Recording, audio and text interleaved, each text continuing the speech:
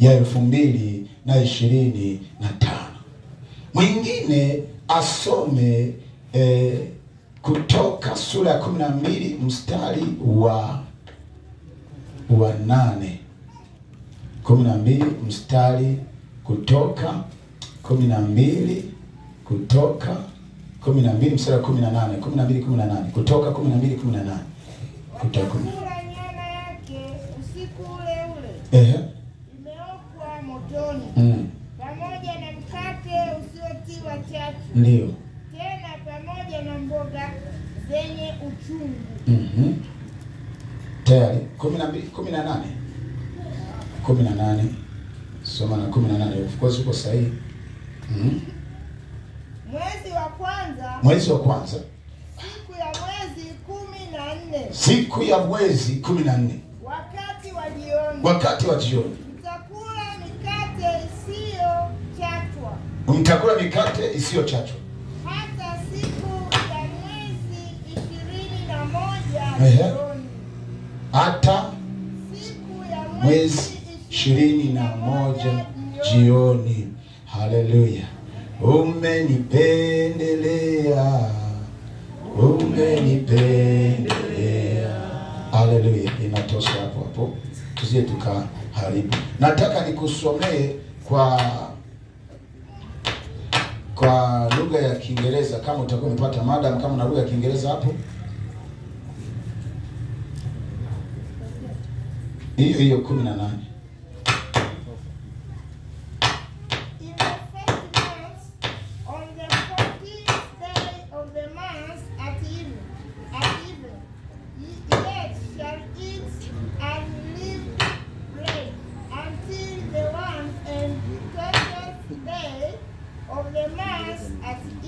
Thank you very much. Sasa kwa Kiingereza, kama una Biblia Kiingereza, utakuta imeandikwa hivi kama alivyosema mama hapo. In the first month, tunasoma kama Wasukuma, sawa? In the first month, on the 14th day of the month at evening. 14th day of the month, sawa? You shall eat unleavened bread until the 21st day. 21st day. Okay? Yes. Of the month at evening. Kwa hiyo Kiswahili kidogo kimechanganya kidogo, ila Kiingereza kidogo kinajaribu kuweka vizuri. Mungu asifiwe sana. Haleluya. Sasa sema Mungu amenipendelea. Sema Mungu amenipendelea. Pasaka hii 2025. Sasa ukiangalia vizuri, cha kwanza amesema mwezi wa kwanza. Na mwezi wa kwanza ni mwezi ambao taifa la Mungu lilitoka wapi? Utumwani. Wanaanza kuhesabu mwezi kutokana na siku ulipotoka wapi? Utumwani.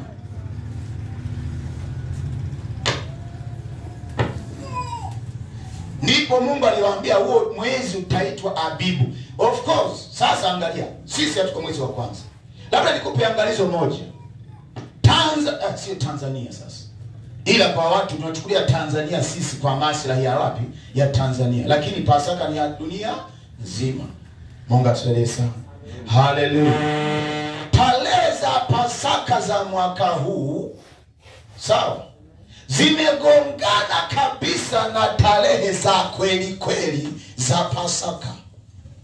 Sio kama tunaelewa. Pasaka ni tarehe ngapi? Tarehe 20.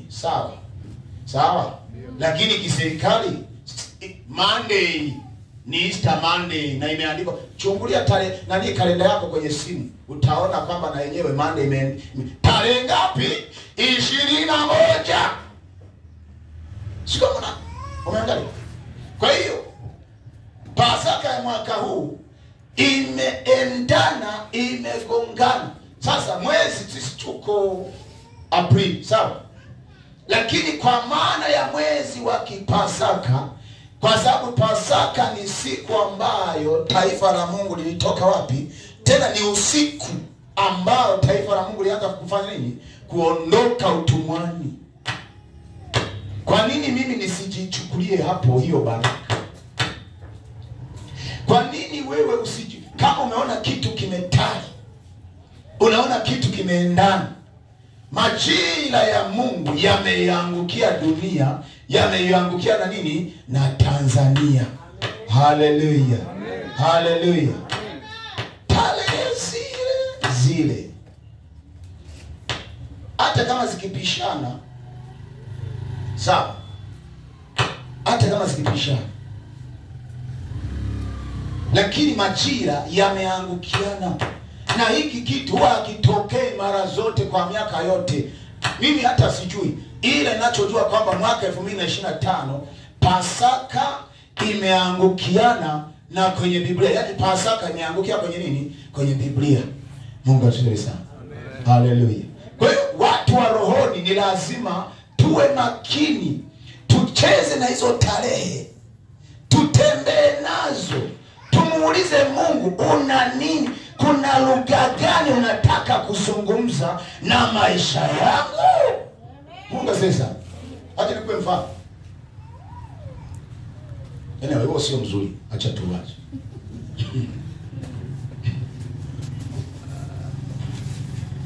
Unajua kuna hata watu wanakuwa ni wajanja. Mimi jina langu naitwa Johannes. Lakini nilishangaa nilipopewa mke anaitwa Janet. Nikachangamka haraka. Haiwezekani mtu akapanga J na nani? Na J. Na tumekutana Bwiru. Tena Busukumani. Hakuna hata mtu aliyetukutanisha. Hiyo nimekumegea. Kwa hiyo unaangalia vitu vinavyoendana. Vitu vikiendana lazima jihoji. Sawa mwanangu? Au hayatokei kwa kubahatisha. Sasa hizi tarehe zimekutana, lazima kuna kitu Mungu anataka kusema. Haleluya. Lazima kuna lugha. Yaani ni kama vile ni channel fulani inaingia kwenye TV, lakini msomaji ndo anashindwa kuelewa au apangeje au arekebisheje picha isome, lakini kuna picha. Haleluya. Kwa hiyo mwaka huu usije ukachezea hii Pasaka ya kwako. Haleluya. Haleluya. Sasa Mungu atusaidie sana. Twende kwenye Matendo ya Mitume sura ya 12. Biblia inasema panapo majira yale Herode mfalme. Sema Herode mfalme. Akanyosha mikono yake kuwatenda mabaya baadhi ya watu wa kanisa. Panapo majira yale. Kwa hiyo kuna kitu hapo kinaitwa, kama unaandika kuna kitu. Sasa wewe nitakumegea, wewe tusema tu 2025 tarehe zimegongana za Biblia. Tumesoma ngapi? Kutoka 12:18 zimegongana. Lakini point ya pili hapo. Point ya pili. Kuna kitu kinaitwa wizi wa majira. Unajua, ukikutana na mtoto anachezea almasi, unaweza kumpa big bomb, sawa? Akakupa almasi ya baba yake na ukaondoka. Maana yangu ni ipi? Kulikuwa na wizi wa majira. Biblia inasema panapo majira yale. Majira yale. Majira gani? Majira Pasaka, ambapo mtu wa Mungu au mtu ambaye hajawekeza nguvu anaona ni Pasaka tu ya kawaida. Ila shetani amepanga apande kitu kibaya. Amepanga ayaibe. Lishukuliwe kanisa la Mungu liligundua njia hiyo. Biblia inasema likamuomba Mungu tarehe ile aliyokuwa amepanga shetani kumuua Petro mtumishi wa Mungu. Tarehe hiyo malaika aliingia wapi? Kazini. Haleluya. Haleluya. Haleluya. Leo shetani anakula kokoto. Anatafuna misumari, anakalia misumari, lakini ni kwa mtu ambaye anajua kucheza na kujua kwamba anaweza kaibiwa.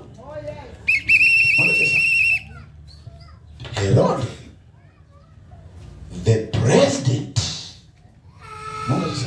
Sitatoboa. Hata ukinitafuta utanipata.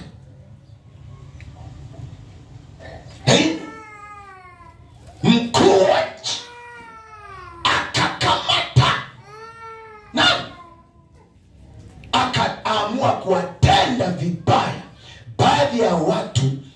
Biblia haijakosea, panapo majira yale yale. Anasema ni majira haya, ni majira haya, ni majira ya Yesu alipowakomboa wanadamu. Ni majira ya Musa alipotumika kuwatoa watu wapi? Utumwani. Hizi tarehe hizi kuna watu wanakombolewa. Kilichoko hapa nianze kulifrustrate kanisa wakose mwelekeo. Sasa akamkamata mtu anaitwa Yakobo. Ukisoma Mathayo sura ya 10 mstari wa 1 na wa 2, anasema Yesu akachagua wanafunzi 12.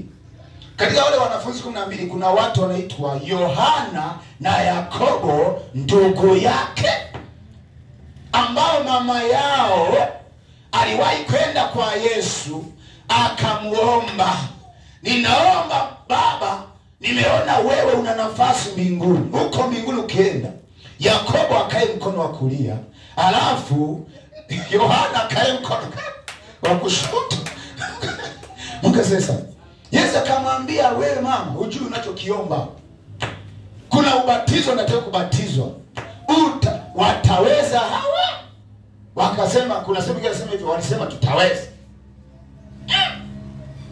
Sasa imefika siku ya siku, Herodi akakamata Yakobo. Sasa sijui kwa ni mapacha au kwa ni ndugu, sijui. Akamua kwa upanga. Hawajakaa vizuri, akaenda akakamata mtu muhimu kwenye kanisa ambaye Yesu aliambiwa, na wewe ndiye nani? Petro, na juu ya mwamba huu nitafanya nini? Nitalijenga kanisa langu, wala milango ya kuzimu haitaliweza. Haleluya, haleluya. Ameshika sio penyewe, ameshika kwenye mwamba. Yesu aliposema atalijenga kanisa, amekosea. Unajua, Mungu akitaka kumuua mtu waga na muelekeza kwa mtu asiye rogeka. Yana namsukuma tu.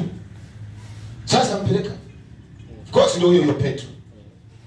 Sasa alipoona imewapendeza Wayahudi haijulikani kwa nini walikuwa wanachukia Injili au walikuwa wanamchukia Yesu. Lakini ukiangalia Petro katika ulimwengu wa roho ni kiongozi wa kitaifa pia. Mungu sasa ni kiongozi wa kitaifa, kwa sababu ndiye aliyeambiwa, na juu ya mwamba huu nitalijenga kanisa. Of course. Na ukianzia Kutoka kwenye Matendo ya Mitume sura ya 2. Sura ya 2 nadhani ndipo anaanza kutrendi Petro, akiongoza kikundi cha nini? Cha Roho Mtakatifu. Haleluya. Anakuja sura ya 3 anafufua mtu. Anainua kiwete. Anakuja sura ya 4 mambo yanatokea hivyo. Sasa imefika sura ya 12. Kiongozi wa kanisa au mtu muhimu. Usiangalie yule, jiangalie wewe. Wewe ni wa thamani. Haleluya. Wewe ni wa thamani. Usipoangalia sasa kwenye ile point ya kuigiwa majira, usipoangalia, japo kwa Pasaka ni majira ya kutoka utumwani, kutoka dhambini, kutoka sehemu mbaya, usipoangalia majira yale yanaweza kwako yakawa ni mabaya. ashukuriwe Mungu. Baada ya kwamba Petro amekamatwa, kilichokuja kufuata, Biblia inasema kuanzia mstari wa 5, anasema basi Petro akalindwa gerezani, nalo kanisa likamwomba Mungu kwa juhudi kwa ajili yake. Haleluya. Hata wakati Herode alipotaka kumtoa usiku ule ule,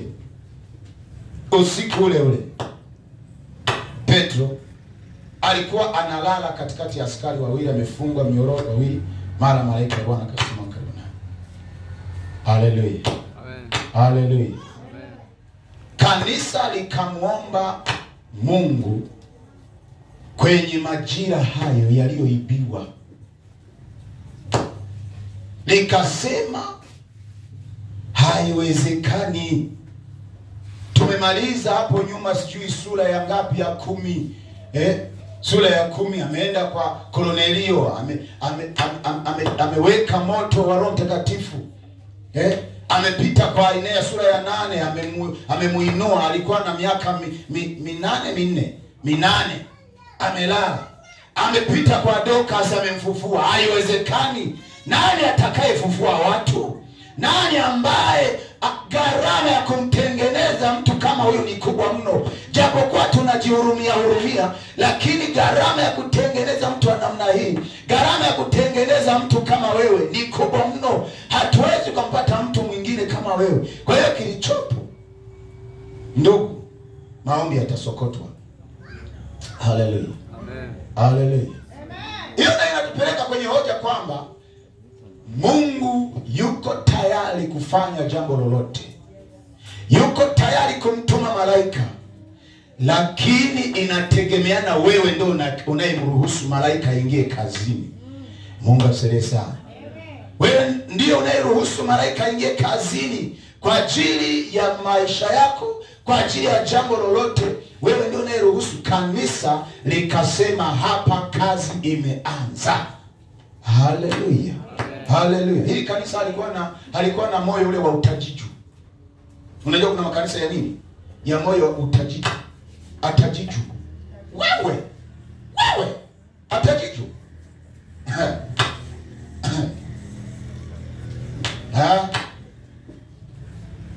Kikwetu wanasema ambaye hajaona anajaza panya ungo. Hakuna cha atajiju. Hili ni jukumu la kwako moja kwa moja. Ni jukumu la kwako moja kwa moja. Mungu asifiwe sana.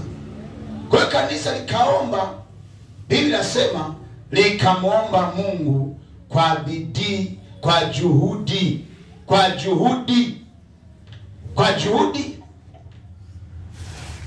Kumbe yale maombi Mungu ameyaona, akaenda akaingia gerezani. Na wala usifikiri pale Biblia imeficha kwamba akitaka baada ya Pasaka, baada ya nini? Ya Pasaka amtoe. This one I'm telling you. Be very conscious na Pasaka ya mwaka 2025. Baada ya Pasaka. Ile sema mtu amtoe. Umeweka wa maskari wangapi? 16. Maskari wangapi? 16. Na minyororo mingapi? 2. Na malango mangapi? Karibu 3. Eti amtoe. Na ameshatuonyesha mfano huku. Mungu sasa. Pale sio kumtoa, ni kumuua. Petro kanisa lisingeliomba. Na bahati nzuri kanisa kuna mtu aliyeniambia liombe. Wao wenyewe walikuwa na akili, wakawa pamoja, wakawa kitu kimoja. Mungu sasa. Hakuna kumwalika mtu mwingine. Ni kuomba, kazi ni kuomba. Kazi ni atakwambia kitu kingine. Kuna sayansi nyingine ambayo Mungu anaitumia. Kuna yule mhubiri nilikwambia wa India ambaye aliambiwa usichunguze yasiyokuhusu. Wewe kazi yako ni kuomba. Alikuwa na kibatari anaandika kitabu. Mafuta ya taa yakaisha na mji mzima hamuna mafuta ya taa. Baada ya mafuta ya taa akasikia sauti inamwambia wewe washa tu kawake kidogo. Akawasha tena kwa kidogo. Asema acha niandike kidogo. akapiga mpaka asubuhi, kuanzia saa 6 mpaka asubuhi. Akapiga tena wiki ya kwanza, ya pili, ya tatu. Hiki kibatari ambacho hakiishi mafuta ni kibatari gani? Acha nifungue. Mungu akamwambia marufuku kufungua kibatari changu. Husika na yanayo kuhusu wewe. Haleluya. Haleluya. Haleluya. Kazi ya kuomba ni kazi ya kufanya bila kuchunguza yaliyoko mle. Wakati bado tuko watoto, tulikuwa nadhani hata mpaka sasa wanafanya. Nadhani mpaka sasa wanafanya. Unapanda viazi asubuhi, jioni unataka ukafanye ukavune. Unaenda kuchimba, unaangalia kama kuna viazi ndani. Kazi ya kuomba ni kazi inalipa. My God, my Lord, my God, my God. Ninaangalia jinsi, hebu nipae man. Okay, usialete. So, ila ngoa moya chui, mami nyororo ni yale pale. Huo ni mfano wa mami nyororo. Sawa? Hii inasema kutokana na maombi, kutokana na kwa tukumuomba Mungu, minyororo ikafanya nini? Ikadondoka. Sio wala hakuna aliyeivunja. Iliachia kama uchi. Na ndio maana ujue kwamba Mungu ni nani? Ni Mungu. Haleluya. Haleluya. Haleluya. Acha chunguza. Acha kuenda unaangalia. Unataka uangalie. Wewe Mungu amekwambia kazi yako katika Pasaka hii itakuwa ni nini? Ni kazi ya kuomba. Haleluya. Haleluya. Pasaka ni kazi. Pasaka hii ni Pasaka ya maombi. Tamte sikudanganya. Hebu andika hapo, sema Pasaka hii ni Pasaka ya maombi. Andika.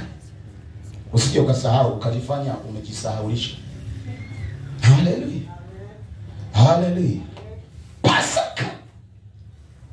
Watu walipoingia kwenye kuomba, matokeo yaliyotokea yalikuwa ni amazing.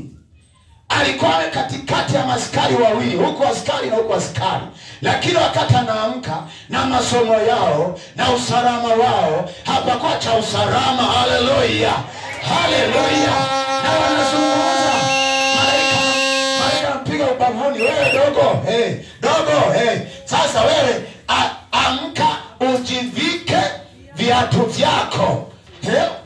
Vaa viatu. Sio kwamba anazungumza anayezungumza ni bosi. Amka ujivike viatu.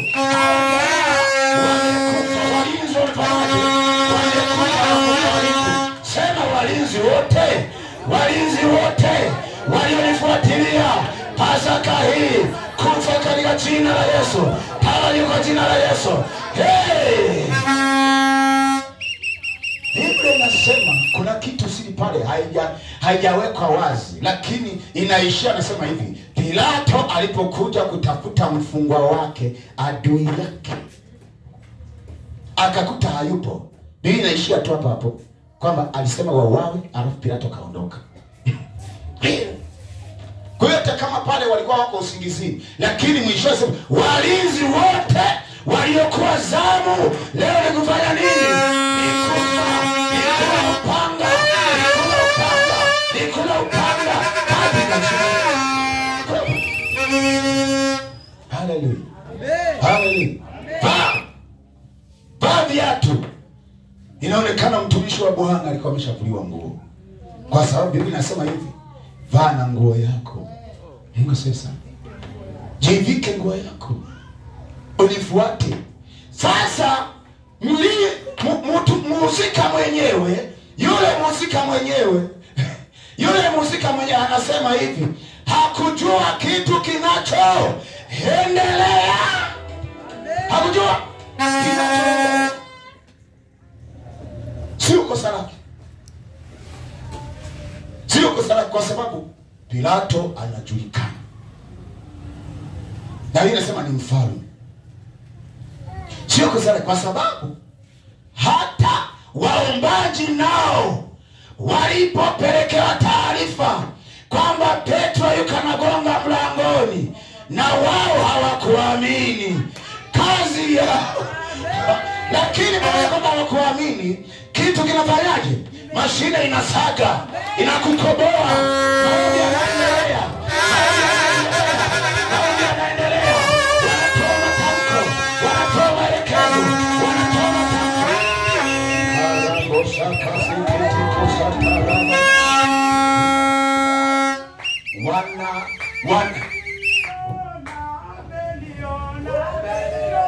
Ameniona, ameniona, ameniona, ameniona, ameniona, ameniona, ameniona, ameniona. Hallelujah, hallelujah. I can imagine maombi yao yalikuwa nasemaje? Baba, ninatuma malaika. Kwa sababu malaika akaenda. Sawa? Wanamtuma malaika. Sisi hatuna akili katika hili, hatuingilii kazi yako, lakini tunalo neno moja tu, kwamba malaika wa Bwana hufanya vita akipiga maadui za Mungu. Tena Bwana, tena Bwana, tena Bwana. Malaika kazi. Namshukuru sana huyu anaitwa Kijakazi. Kijakazi Biblia imeweka wazi, haijaficha. Hakumuona Petro, lakini alikuwa amekariri nini? Sauti ya Petro.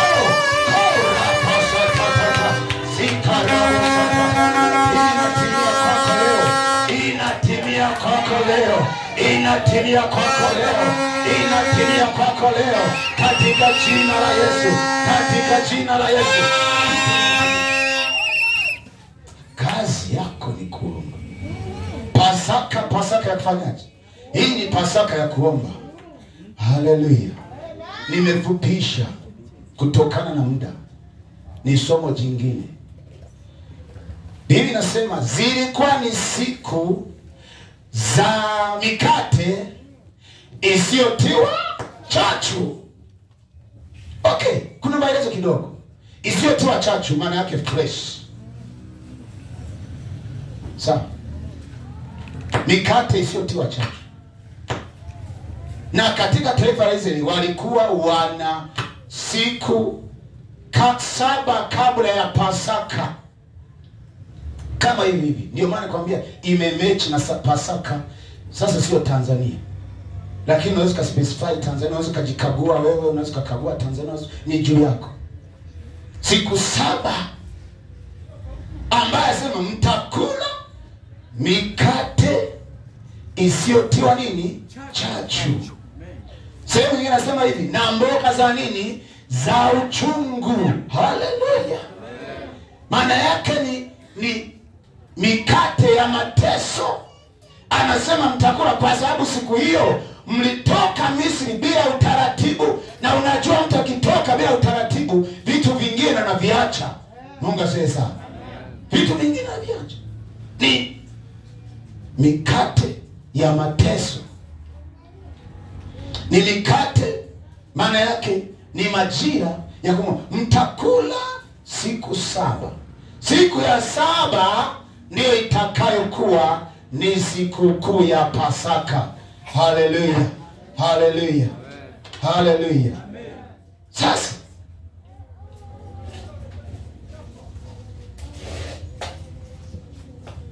yalipita mambo mengi kama unavyofahamu.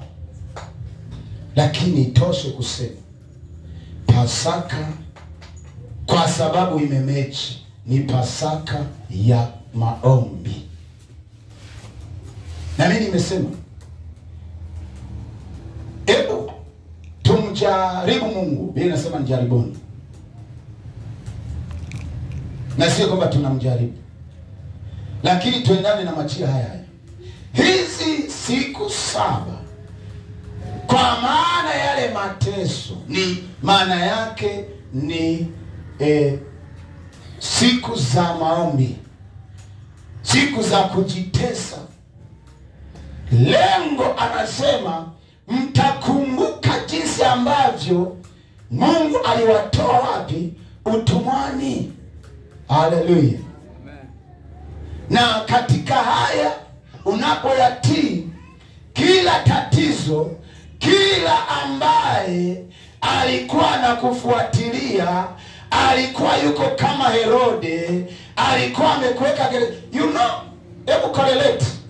Petro mtumishi wa Mungu amepelekwa wapi? Gerezani. Wana wa Israeli walikuwa wapi? Gerezani. Wakati wa mikate yafanyaje? Isiyotiwa na chachu. Maana yake mikate isiyo na ladha, isiyo na utamu, maana yake kufunga. So, Petro iko gerezani. Ni sawasawa na kama katika maisha yako, wala usijifanye mjuaji. Ziko nyakati shetani atataka akufanye. Petro yupo hapo? Hayapo. Petro ni wewe. Na shetani anataka atumie majira haya reverse. Sio ndio reverse ya nini? Ayatumie kinyume. Wakati wa wewe unatakiwa utoke utumwani, anakufanyia kama Petro. Kama Petro alifanyiwa, basi wewe ni mwakeye. Mungu sasa.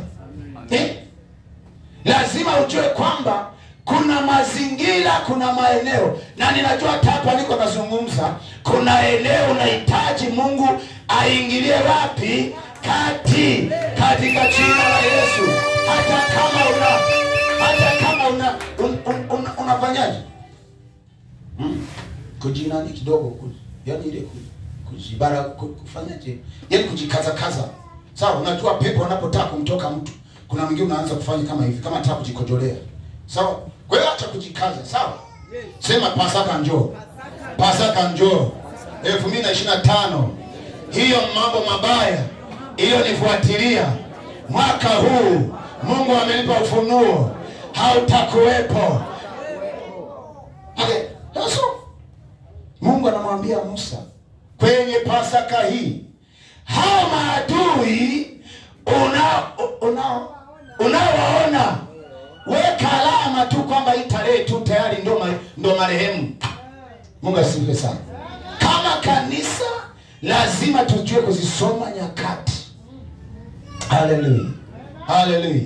Lazima, lakini kama alivyofundisha mama mchungaji asubuhi, kusikia bila kutenda ni sawa sana kujiangalia kwenye kioo alafu naondoka. Na bahati mbaya unasahau hata sura yako.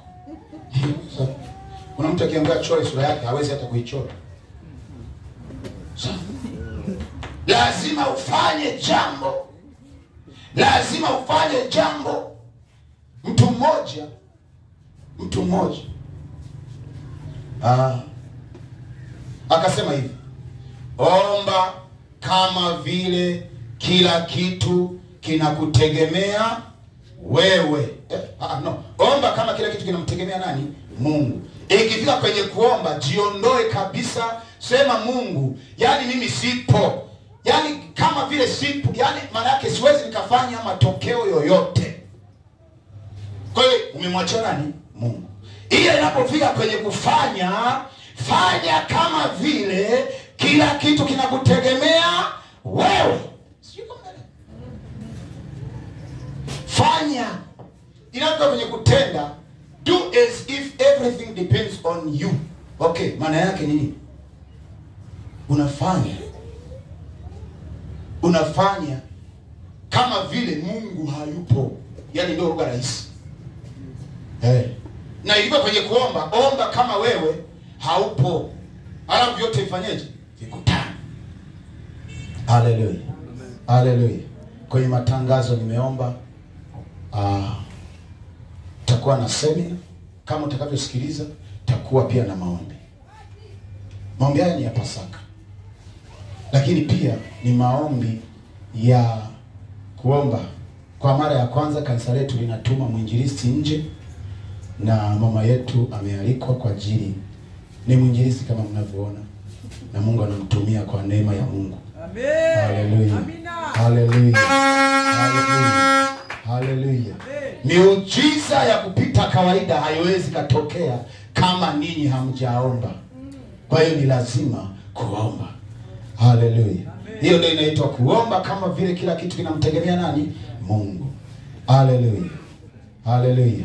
Kwa hiyo tutakuwa na hizi siku, nilikuwa nimezifanya 7 lakini nimeona ziishie siku ya Jumamosi ili watu wale sikukuu bila kuona karaha. Haleluya. Haleluya. Na nilikomendi kama atakavyotusomea katibu, una ruhusa ya kumjulia hali. Kusema ukweli sio ustaarabu mtumishi anaye kuombea asafiri mpaka arudi, sio ka ustaarabu. Haleluya. Julie hali, kama una vocha tuma, hamna dhambi. Haleluya. Maana leo utakuwa umehudumu pamoja naye. Kwa kusema hivyo sio utapeli. Kwani ukituma